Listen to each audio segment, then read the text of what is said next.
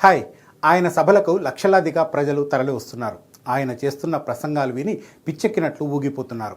ఇక ఆయనే మా దేవుడు అన్నట్లుగా కార్యకర్తలు కొలుస్తున్నారు. ఈ ఉపోద్ఘాతమంతా తమిళనాడు రాజకీయ చదరంగంలో కొత్తగా వచ్చి చేరిన దళపతి విజయ్ గురించి. స్టేట్ పాలిటిక్స్ మొత్తం ఈసారి విజయ్ చుట్టూనే తిరుగుతున్నాయి.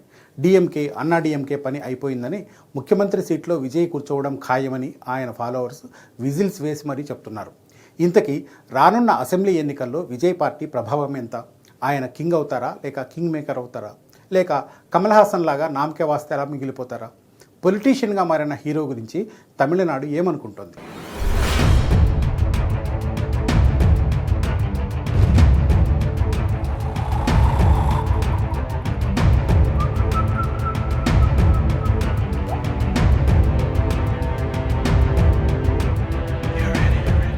కొత్త పార్టీలు పుట్టుకురావడం, ఆ తర్వాత కనుమరుగైపోవడం తమిళనాడుకు కొత్త కాదు. ఎన్నికల సమయంలో సినీ గ్లామర్ ఉన్నవాళ్ళు, లేనివాళ్ళు కొత్త పార్టీలతో, సిద్ధాంతాలతో ద్రవిడ రాజకీయాల్లో తమ అదృష్టాన్ని చెక్ చేసుకునేందుకు అడుగు పెడుతూ ఉంటారు. ఆ మధ్య లోకనాయకుడు కమల్ హాసన్ కూడా పార్టీ పెట్టారు. కానీ దాని ప్రభావం శూన్యం. చివరకు డిఎంకే మద్దతుతో ఆయన రాజ్యసభ సభ్యుడిగా మారిపోయారు. కానీ దళపతి విజయ్ స్థాపించిన తమిళగ వెట్రికజకం టీవీకేపై అంచనాలు ఓ లెవెల్లో ఉన్నాయి. హీరోగా దక్షిణాదిలో ఓ వెలుగుతున్న విజయ్ 33 ఏళ్ల సినీ కెరియర్కు పూర్తిగా ముగింపు పలికి తమిళనాడు పాలిటిక్స్పై ఫుల్ టైం ఫోకస్ పెట్టారు. డిఎంకే, అన్నా డిఎంకేకు ప్రత్యామ్నాయం తాను ఒక్కడినే అన్న స్థాయిలో విజయ్ ముందుకెళ్తున్నారు. కరూర్ తొక్కిసలాట ఘటన తర్వాత విజయ్ రాజకీయంగా వ్యూహాత్మక మౌనం పాటించిన చాప కింద నీరులా పార్టీని బలోపేతం చేసే కార్యక్రమాలు చేస్తూనే ఉన్నారు. ఇక సినిమాలు చేయనని ప్రకటించేసిన ఆయన ఫోకస్ మొత్తం ముఖ్యమంత్రి పీఠంపై కూర్చోవడంపైనే ఉంది. అందుకు అవసరమైన ఏ ఒక్క రాజకీయ సమీకరణాన్ని ఆయన వదులుకోవడం లేదు. అన్నా డిఎంకేలో కీలక స్థానంలో ఉండి ఓటర్లను ప్రభావితం చేయగల స్థాయిలో ఉన్న సెంగొట్టయ్యన్ విజయ్తో చేతులు కలపడంతో టీవీకే నేతలు ఫుల్ జోష్గా ఉన్నారు. మరోవైపు రాజకీయంగా ఇంకా దారులు వెతుక్కుంటున్న మాజీ ముఖ్యమంత్రి పన్నీరు సెల్వం కూడా టీవీకే వైపే చూస్తున్నారు. ఇక అమ్మ మక్కల్ మున్నేట్ర కజగం నేత టీటీవీ దినకరన్ కూడా విజయ్తో కలిసి నడిచే ఆలోచనలో ఉన్నారు.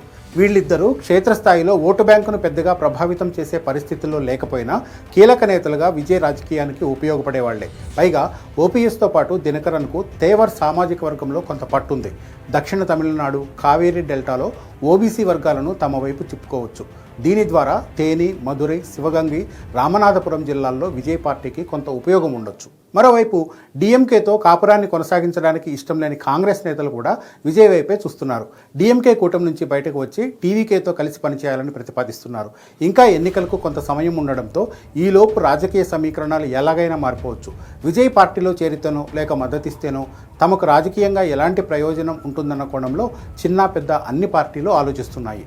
డిఎంకేను, ఆ పార్టీ రాజకీయాలను టార్గెట్ చేసిన విజయ్ కూడా తనతో కలిసి వచ్చే వారితో చేతులు కలిపేందుకు సిద్ధంగా ఉన్నారు. ఇక విజయ్ పార్టీకి సంబంధించి గ్రౌండ్ రియాలిటీ గురించి కూడా మాట్లాడుకోవాలి.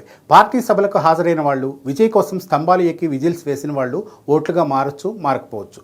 ప్రస్తుతానికి యూత్లోనూ మహిళల్లోనూ విజయ్ మంచి క్రేజ్ సంపాదించారు. విజయ్ సోషల్ మీడియా టీం కూడా చాలా స్ట్రాంగ్గా ఉంది.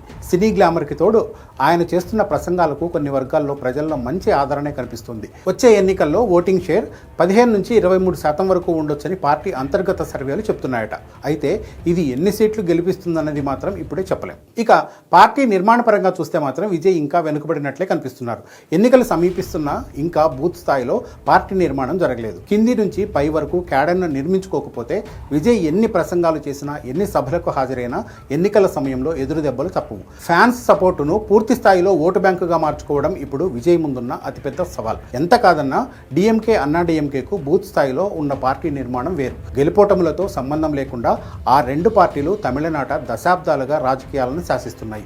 ఈ రెండు పార్టీలను వ్యతిరేకించే వాళ్లను దగ్గర చేసుకోవడం విజయ్ రాజకీయ వ్యూహాలపై ఆధారపడి ఉంటుంది. ఈ అసెంబ్లీ ఎన్నికల్లో విజయ్ ఫ్యాక్టర్ ఖచ్చితంగా ఉంటుంది. అయితే అది ఆ రెండు పెద్ద పార్టీలను ఓడించి అధికారం చేసుకునే స్థాయిలోనా, లేక ఎవరికో ఒకరికి మద్దతిచ్చి కింగ్ మేకర్ అవతారం ఎత్తేలానా అన్నది తేలాల్సి ఉంది. విజయ్ రాజకీయాల్లో హీరో అవుతారా, లేక కమల్ హాసన్ లాగా అవుతారా అనేది లెట్స్ వెయిట్ అండ్ సీ.